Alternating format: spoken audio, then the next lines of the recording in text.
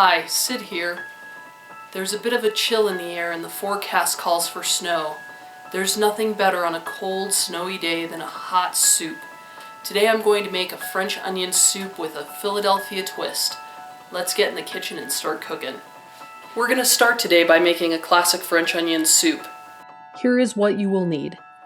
1 stick of butter, 5 onions thinly sliced, 2 garlic cloves chopped, 2 bay leaves, 4 fresh thyme sprigs, salt and pepper, 1 cup white wine, 3 tablespoons of all-purpose flour, 3 quarts of beef broth, 2 tablespoons demi-glace. Melt the butter in a large stock pot. Add the onion, put the bay leaves and thyme sprigs into the pot. Season with salt and pepper. Finally, add the garlic and stir. Now the trick to a really delicious French onion soup is a deep caramelized onion. This is going to take a lot longer than you think it's going to. Expect about an hour on a low heat, keep stirring, and it'll be amazing. While my onions are cooking, I'm going to start on the Philadelphia twist to this dish. One of my favorite sandwiches in the entire world is a Philadelphia cheesesteak. Thought, what would go better with Philadelphia cheesesteak than French onion soup? So I decided to combine the two. To start on the Philadelphia part of this, here's what you need to do. The easiest way to thinly slice meat is to freeze it slightly before cutting. This skirt steak has been in the freezer for about an hour. Be sure that you cut the meat against the grain to keep it tender. Once you are finished slicing, season with salt and pepper and allow the meat to come to room temperature before cooking it. It's been about an hour and a half and the onions have become perfectly caramelized.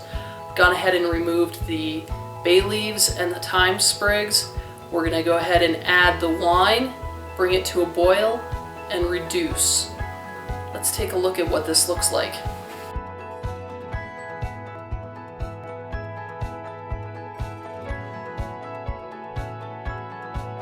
You will find that some classical French soup recipes call for red wine. I've chosen to use white wine instead. The reason being is that we've waited for an hour and a half for perfect caramelization to happen, and in order to preserve that color, you want to use white wine, or at least I do. You can use red wine if you would like. It's been about 10 minutes and the onions have completely absorbed all of the wine and it's reduced. I'm going to add the flour. Gently stir it in. Let it cook for another about 10 minutes so that all of the flour taste cooks off. Once the flour has cooked off, add the demi-glace and stir until incorporated. Then add the broth. That's it. All we have to do is wait for all of the flavors to come together in a nice simmer. I'm going to start making the Philly part of this delicious dish. Heat your favorite cooking oil to high heat. I have used peanut oil. Cook the meat until it is lightly browned. Once it is cooked, put it aside and get ready for the next step.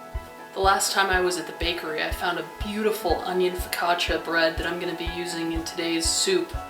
Went ahead, used my favorite cookie cutter, made it into a round shape, and we're getting ready to assemble. Add a thin layer of meat on top of the bread. Be sure not to overload it. Then take enough cheese to cover the top of the meat. You may use any shredded cheese. I have used smoked Gouda. It is my favorite and I like the smoky flavor it adds to this dish. I finished assembling our Philly cheesesteaks. I'm going to put them in the oven with these cast iron skillets to 350 degrees, just enough time for the cheese to melt. When the cheese has melted, add the soup to cast iron skillets. Gently place the Philly into the soup and garnish with a pinch of parsley to add some color. As the snow begins to pile up outside, there is nothing better than a hot cup of soup to warm you up inside. This Philly onion soup was made with love, and that is the most important ingredient of all.